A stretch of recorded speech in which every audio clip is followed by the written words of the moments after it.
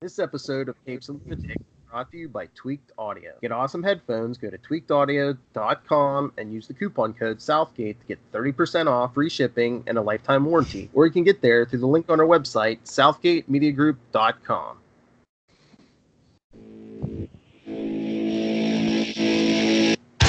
Hello and welcome back to another episode of Who Podcast the Watchmen. I am Phil. Joining me as always, because not even a giant catapult could get rid of him, is Tyler. Man, they keep ratcheting up the crazy on this show, I swear. Oh my gosh.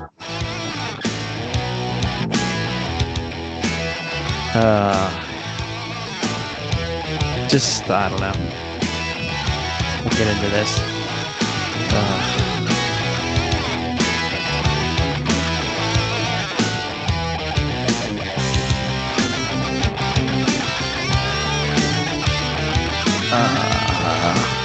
Pull up.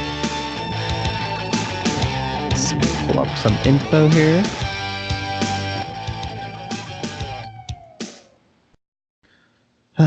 If you don't like my story, write your own. Crazy is an understatement right now. I swear. This, once again, this episode answers some things and asks more questions and makes us go, what?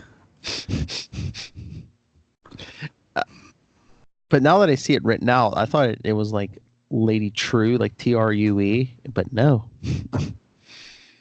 It's it's like Trieu.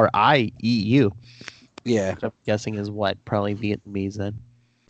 I always watch it with the caption on just because I pick up more, especially if I'm like watching it and the kids are around and I'm like watching on my phone and stuff, like having the caption it helps. But yeah, this episode, all right. I will say visually, there's some awesome shots, like some cool transitions with the way she flipped the thing down and then it was like flipping the gate. Was where she's like walks into the image of her great grandfather and stuff like that. But man, gave us a lot. I mean, it opens up with Lady True offering this she wants to buy this couple's land, and she offers, I guess they couldn't have kids, and she's like, I can make it happen. And she's like, oh, by the way, I've already taken your DNA and created your son. Here you go. Yeah, and how many years ago do you think that was? Because it didn't say exactly. Yeah, I don't know. So that happened, and then she bought the land so that the meteorite was hers because she owned the land at the time of it landed. Mm-hmm. Yeah, because she gave them like 3 minutes to decide. Yes. It was interesting. Mm-hmm. Oh, did you see this? I didn't even notice this, but what the article says, do you know what the name of the couple was? They said it, and I can't remember. They said maybe this is another homage. The Clarks. Yeah. They said the Clarks, and my first thought was, wanted to say the Kents, but yeah, could be. I mean, be a nice little homage, nice little kind of like Zack Snyder in the movie has a little homage to Night Owl stopping the Waynes from being murdered. Oh yeah. It's just kind of like a wink, but I mean, Lady True should have just opened with, "Hey, I deposited $5 million in your account, and here's the baby you've always wanted." I would have been like, $5 million, bye. Yeah. Like she's like, that should cover relocation, food, college, baby food. I've been like, all right. Or if you want to press it, be like, "Hey, how about 10?" I'd be like, She did. That's what they're like. Oh yeah, you're the billionaire. She's like trillionaire. I'd be like, 5. How about 10 million? Yeah, I know. I'd be like, 10 million just in case, we just want to never work. It's like a $5 bill to you. Come on. Yeah, like you're like, I'm printing money at this point. Because she's the one that bought Vight's company. And then we do know for sure, because the statue helps reinforce that, Adrian Veidt is Jeremy Irons. Uh-huh. Like, we pretty much knew that, but who knows with this show. It kind of keeps throwing us for loopholes with stuff, weird stuff. Well, I have a theory about her, who she really is. Who, Lady True? Yes. I don't know if you caught the line later on when well, we'll get there. We'll get there when Angela and when they go talk to Lady True. She throws out a line which I think could, explain some stuff. Do you think she might have any tie? Just what do you think it is? Just say it. We're here. Okay. Well, she throws out the line to them that she says, what is it?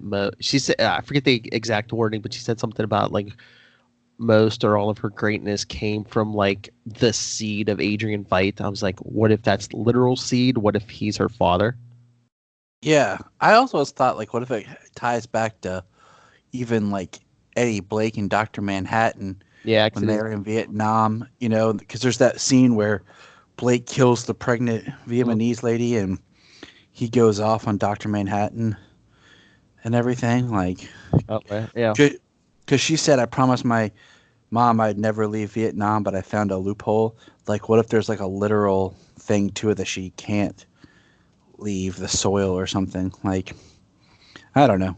Because I was even thinking too, it's like, yeah, we did see Dr. Manhattan and a comedian in Vietnam, but what if Adrian Veidt was over there at the same time?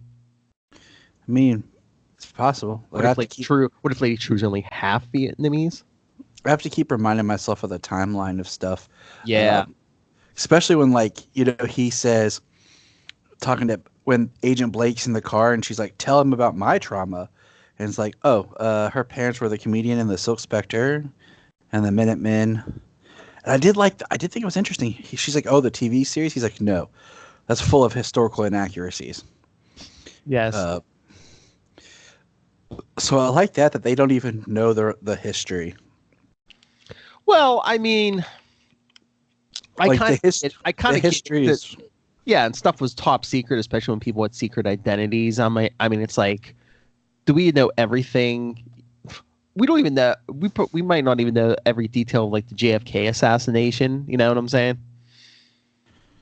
Oh, I mean, and everyone there, you kind of knew their identity. It's probably even harder when people have secret identities. So, I mean, that was interesting. That it's not common knowledge that Eddie Blake's the comedian, and that she's the Silk Spectre. She references her ex, and they don't realize her ex is Dr. Manhattan. Well, yeah, probably because Blake, she probably didn't realize who she was until he's like, oh, yeah, Silk Spectre, So I find that interesting. Yeah, because Angela and Lori kind of like hook up because it kind of 2 seconds after the end of the last episode, after the car hits the ground, like Angela comes running out. I thought that was cool how it overlaps. So the time that Blake is in the box, Angela's actually at the Heritage Center. Yes. I thought it was kind of interesting the fact that she reports a break-in. Like, if you see an alarm go off, it's just me checking it out. And then she breaks the glass and gets in. Yeah, she can break the glass and just be like, it's probably vandals. Smooth operator. That way, no one gets Angela, even on video walking into there. So. And I thought it was interesting. Like, it was Angela's car. Like, I didn't even think about it. It just looked like a car that dropped because it was her car. Not Sister Knight's car, but Angela's car. So I thought that was interesting. I love how the car gets like lifted and like dragged how much through the air, and then it gets smashed on the ground. But that's still that hide key is still in the wheel well. Yeah. And they said they stole it and then dropped it right back where they took it from. And it's just, I mean, this episode, just the mysteries alone of the pills that Will is taking. Will knows and is working with Dr. True. Dr. True's daughter is something like maybe her mom reincarnated or her mom's clone that she's raising or something. She talks about a memory that she could feel, which kind of makes you think it's an actual memory and not a nightmare. So if True is Adrian Veidt's daughter, I mean, maybe the daughter's a clone or something. Maybe unlike Adrian Veidt, who's getting older, maybe True's figured out, hey, if I clone myself a body, I'll always have like a spare body. You know, I'll have a young body to put my mind in. Exactly. So we have this reoccurrence of they're doing something, and in 3 days, something big's going to happen. TikTok. Yeah, everybody's like, I'll TikTok. And you're just like, ah. I'm like, enough, just tell us.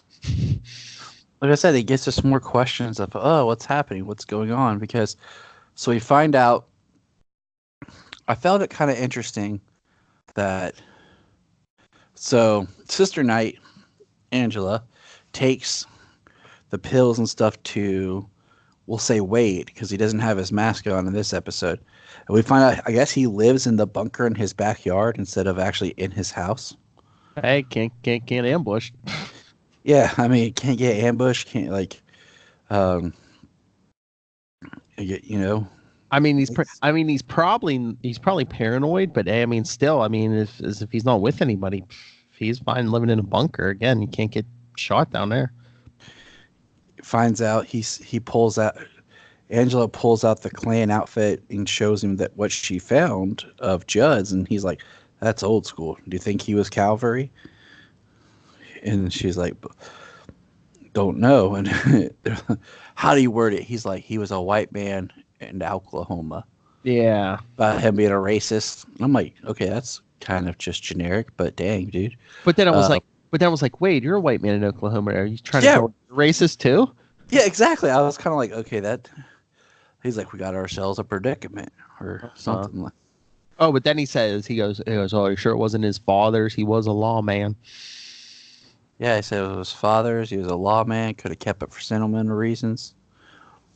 So interesting. But I'm like, is she sure that he's not? Wade isn't part of the cavalry also? Oh, it sucked, man. Like if that's how they went with things, like it just would be really. I think it'd be poor storytelling. But although, I mean, would he see who he living in a bunker though if he was part of them though? It would be interesting if Judd wasn't cavalry, but like had some sort of a tie to it before it split off and became the cavalry. Oh, and and her grandfather killed him, and he wasn't even part of the cavalry. You know, like because the cavalry basically I guess it's the Klan or it's spun out of the Klan. They've never really kind of distinguished. Yeah. So. It's just interesting. Oh my lord! And then Angela's like cleaning up. She's taking apart the wheelchair and making sure there's no trace of her grandfather being, Yeah, at her place because Lori's on about the wheelchair and yeah, man, she's a dude just in all silver. No, my standing lord. There. This part was like. To me, kind of blew my mind because she's chasing him, and everywhere he's running is like he knows where he's going. Mm-hmm. I thought he was going to lead her into a trap at first. Right, exactly. Because of like the way he moved that panel and he ran through, it's like he knows exactly where he's going, and she's following blindly. And then he pulls out bottles and shoots himself with some sort of lubricant. And then just lays down and slides right in through a sewer grate. Yes. I was like, what? I just kind of paused and was like, what? Oh, my lord. Yeah, because, I mean, the sad part is he actually reminds me of a Spider-Man villain called Slide. Yeah. Yeah. I was trying to see if I could share this picture I pulled up, but maybe not. All right, but yeah, no, like it's like an all white costume with like goggles and stuff. But yeah, the Slide villain he like created. It was almost like Teflon, almost like like you have on like non-stick pans and stuff. So was it actually lube? But like he could basically almost like almost like he was skating, but he didn't have anything on his feet. He could just like slide and. It was very weird because then she tells Red Scare and Pirate Jenny, and they're like, "Okay." So was Lube Man up to anything, or do you think he was just in the wrong place at the wrong time? I think he was in the wrong place at the wrong time, or he just, I don't know. It was just randomly weird. But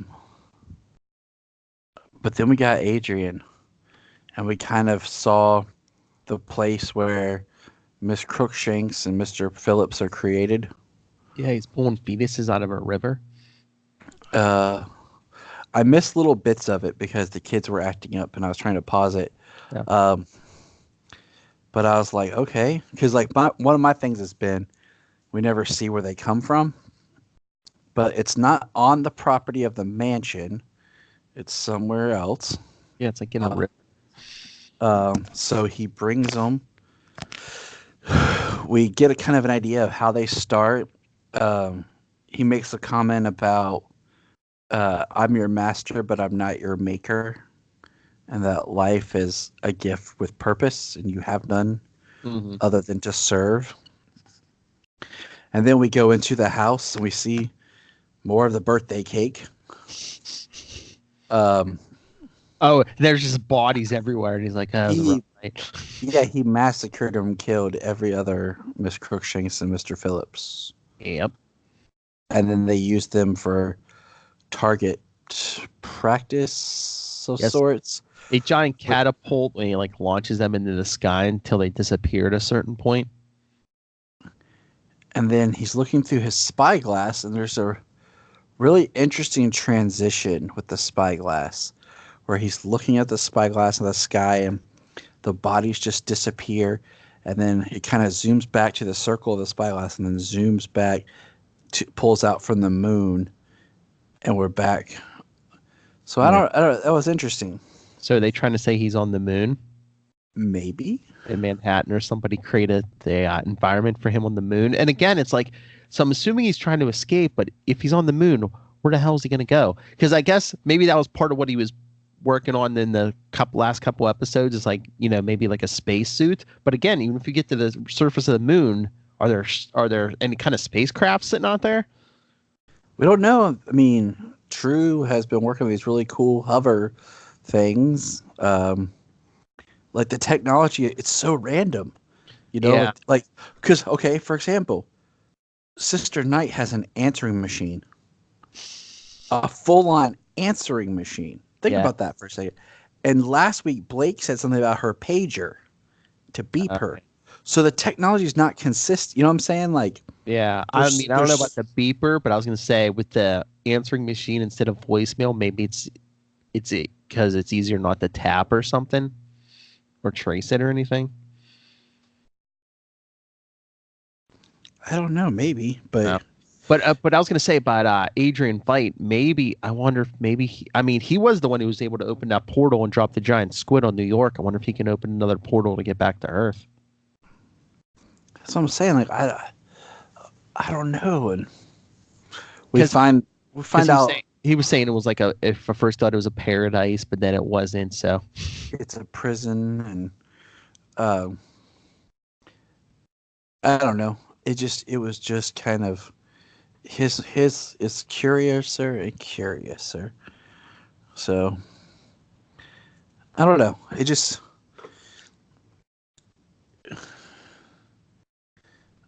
So I'm not sure what to think of his whole story and what he's doing yet. Because did you notice how everybody except one male body in that room looked the same? There was like one body that was murdered standing up. It had a hat and a different suit on compared to like all the other ones looked the same. Huh. So that looked like maybe that was the game warden? I don't know, unless he just dressed him up like the game warden to take out his frustrations or something. Because remember, he was like writing the note to invite the game warden or whatever. Oh, maybe at the end of last episode, and And then if you look at the silhouette of what the game warden had on, I don't know. I'm just speculating here. But like even this article was saying it's like Lady True seemed to like when she was talking to them mention that I think she mentioned Adrian Veidt was alive. So it's like, did Dr. Manhattan imprison him? Did she imprison him? Right. I don't know. Because if he is on the moon, I mean, I don't know. Could anyone besides Dr. Manhattan create like a full like environment like that? Like I said, curiouser and curiouser. Mm-hmm. Did you see him like aging up the clones? Yeah, like like spinning them and stuff. And like I guess they were like screaming as he's just like doing busy work and it's just like da da da da. And it's like two fully cooked naked clones. Yeah.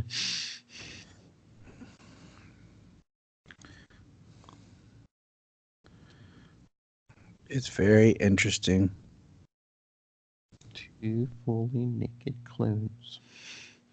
Donk is a medical term. What else do we get? And then I get Will, Angela's grandfather, is working with Lady True in some capacity. Right.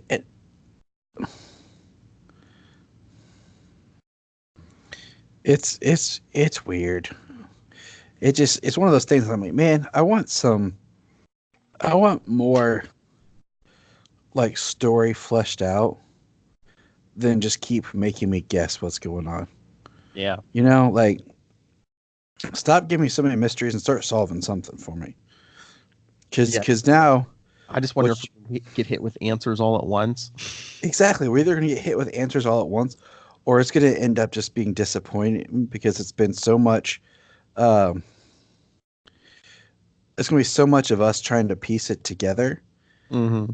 And then when we kind of figure it out, we'll be like, oh, that's what it was. I like what I had in mind better. So are they doing like 9 or 10? The list I see is up to 9. I see 9. Yeah. Which is weird. Because I feel like if you're going to go that far, you might as well just do 10. Make it a nice even number. But I mean, we're basically kind of like halfway through already almost. If 9, or even if it is 10, next episode will be like halfway. Mm-hmm. So it's something weird. I don't know. I don't know. I was trying to look to see if I can find any clarity. Come on, people, give Tyler some clarity. I don't know. We'll figure it out as we watch the episodes. But yeah, just like you were talking about, I like the conversation in the car with Lori and her assistant. And what about the senator when Angela walks in as Sister Knight into like the precinct, and he's like, "Oh, you saved my life, Angela." He's like, "Oh, wait, we're not supposed to know that, right?" And you're like, it's like, yeah, why do you think she's wearing a mask, dummy? Or is he doing that on purpose? Yeah, that's something that makes me feel uncomfortable about him. Yeah, I love she's like, yeah, well, next time don't get kidnapped. So, I don't know.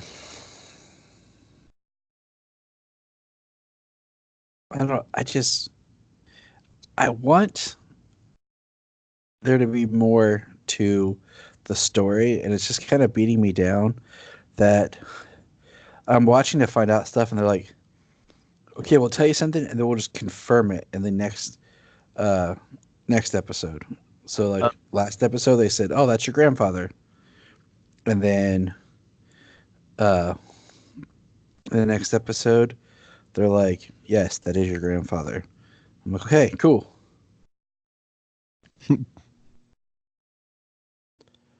But did you notice Will wasn't in a wheelchair at the end of the episode? Yeah, he stood up. I thought he could stand up. The wheelchair is just part of his disguise. No, unless he can do it when he takes those pills or something.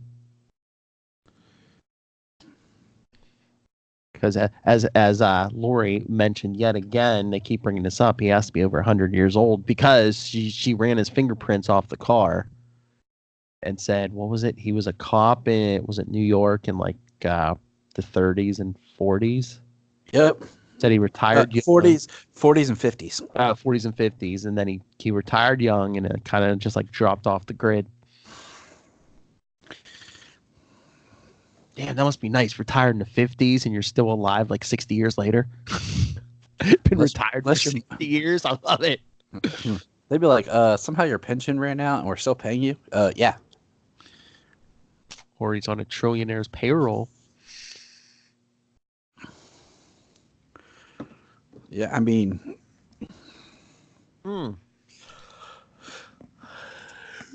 Very interesting. It is very interesting. Well, I guess, but then when Angela was at the center, I guess they were officially, he died as a child with his parents.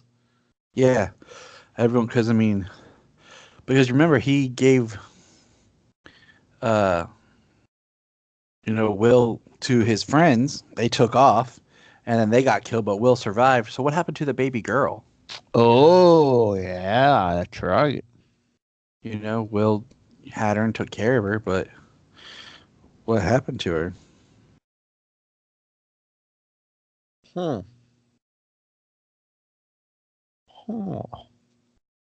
What's with that giant clock?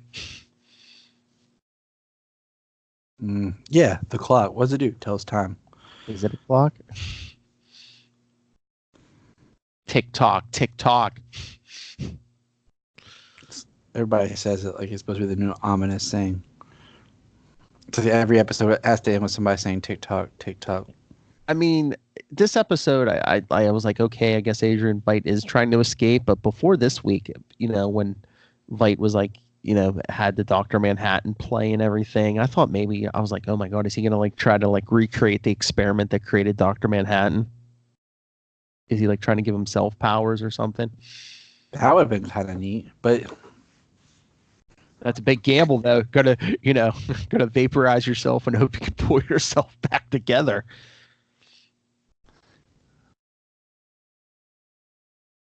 I feel like there's more questions than there are answers. Again, we might be, and even when we get answers, we're still like, what? So I don't know. Through the season already. I hope they answer at least most of these questions by the end of the season. Yeah, like I feel like we have too many characters almost, because there's some characters I'd like to see more of, but we get nothing. Like we know that Andrea met her husband in Vietnam, and that he had an accident. Oh, Angela. Yeah. And they don't say what kind or anything like that. But he doesn't like to lie. Yeah, exactly. Because Lori visited him.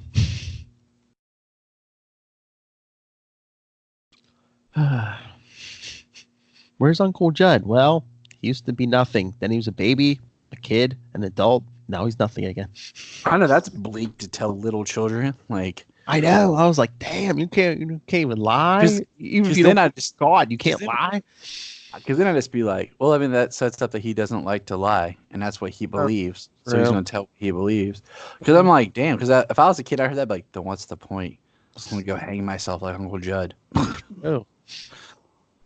I mean, if he wanted to be true, I mean, he could still be honest and say, well, you know what? When we die, no one knows what happens. If he doesn't believe in an afterlife, that's all he literally say. No one knows. Yeah. I mean, that's truthful too. At least mystery is better than you become nothing. Yeah, I mean, mystery is better. I mean, it's not a lie. Like, you don't know. It's better than saying nothing. Exactly. But I think we pretty much capped this episode. Oh yeah. Veidt and Lugman and I think we could probably stay here for like an hour just speculate on stuff, but there's really not a lot for us to. Again, we need more answers.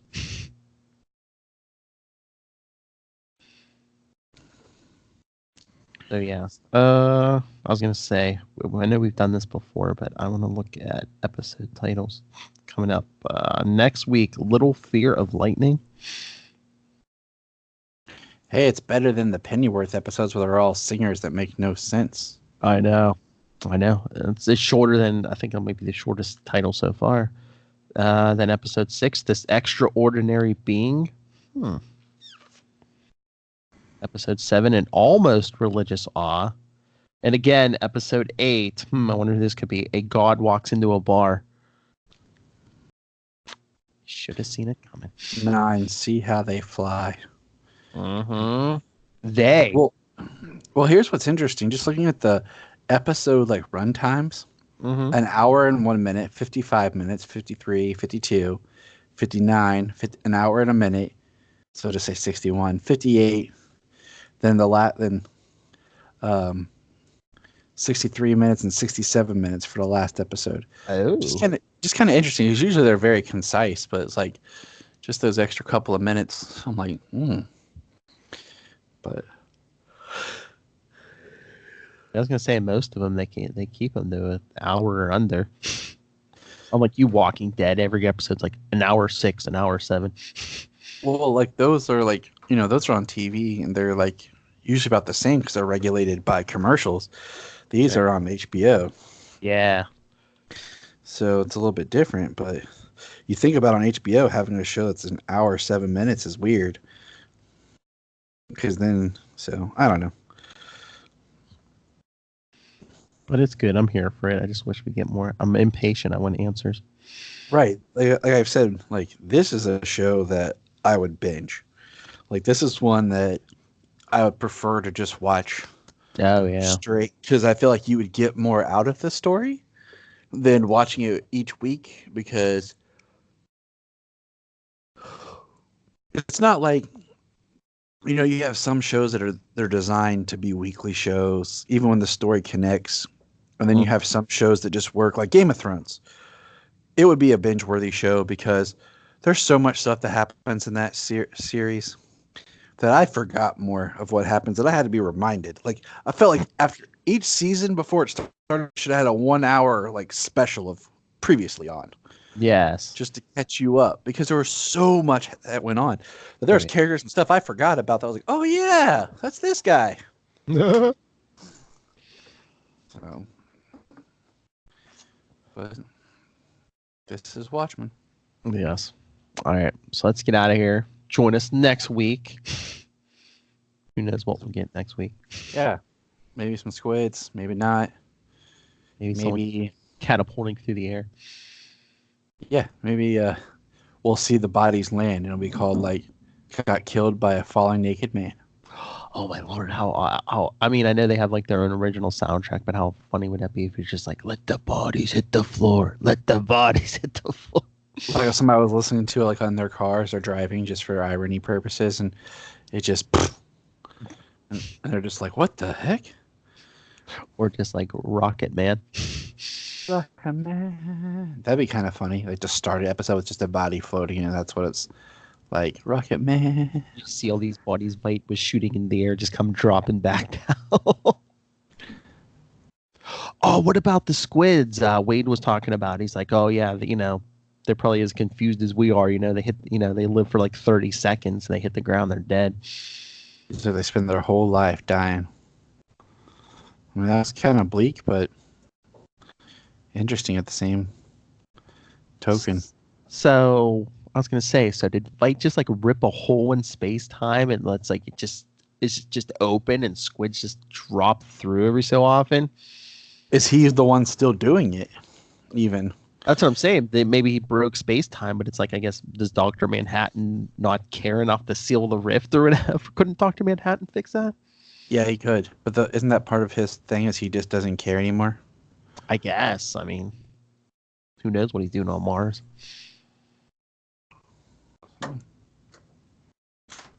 Oh yeah, because didn't Wade say something like, everyone takes cover when the squids start raining, because they're like, oh, I thought this was the big one. Mm-hmm. Another giant squid that like killed, when Vite killed everyone in New York, whatever. So, yeah, cheery. Exactly. All right, let's get out of here. All right, everyone, send us your thoughts on everything. Everything Watchmen. Like anything. Slide into our emails, just like Lubeman, capesandlunatics@gmail.com. Call the voicemail 614-382-2737. That's 614-38-CAPES. And check out all of our social media links, a link to our merchandise, the YouTube, everything at Linktree. That's linktr.ee/capesandlunatics. And go buy Pod Life the book. Yes. A lot of our friends are in it, including me. I am my friend. Phil's my friend. Oh, I thank you. And my friend, Mr. Tyler Patrick, where can people find you and the Krypton Report? Find me at Krypton Report, Facebook, Instagram, Twitter, Gmail, Krypton Report Pod.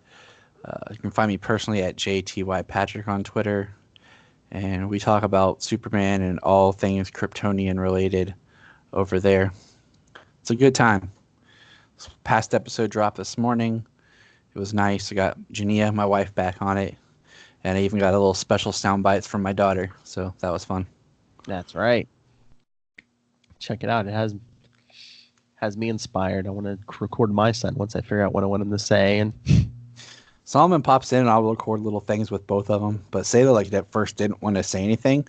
And then she did it and she loved it. And then she's like, I want to do it again, Daddy. I want to do it again. She kept taking the microphone and yelling in it. I'm like, hold on, baby girl. Hold on. So that's right. Go download the latest episode of Krypton Report and hear Tyler Patrick talk about his fantasy of his daughter beating up 4 girls in the bathroom. Oh, yeah. Dude, I'm telling you, she's vicious, man. Like, just in the year since you've seen her, like, she's a force of nature, man. Like that, like this morning, I pick her up. She goes, let's go to the living room, Daddy. I said, do you want your blanket? She goes, no, you can carry it. I'm like, all right, 2-year-old, bossy. Well, see, people, we know whose finger we know who's wrapped around her finger. Yes, I am so screwed. Ah! Oh, Lord. Just think how young she is. Just imagine another 10 I know. Here's how rebellious she'll be. She's 2 going on 16 now, so. That's why I'm sort of comforted because I only have a son. I'm like, I don't have to worry about boys chasing after a daughter. I'm not so worried about boys chasing after her. I'm more worried about the boys because she'll put them in her place. So, yeah, we'll see. You come over here, kiss me right now. Yeah, pretty much. I mean, I'll be like, just run for it, man. Just go. You come over here, kiss me right now, just like her mother. Come here. You're a boy. Bossy. All right. Let's get out of here.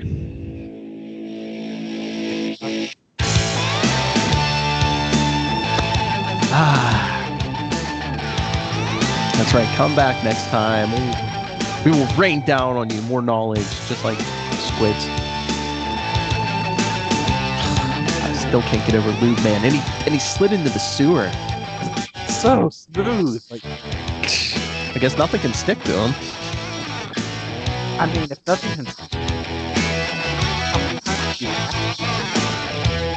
Yeah, I know. Well, first he's like dousing himself, and I was like, wait a minute, is that lighter fluid? Is he gonna like light himself on fire or something? And I was like, oh my god, it's lube. Yeah, that's what I was thinking. Like, lubed himself up and slid right down that hole.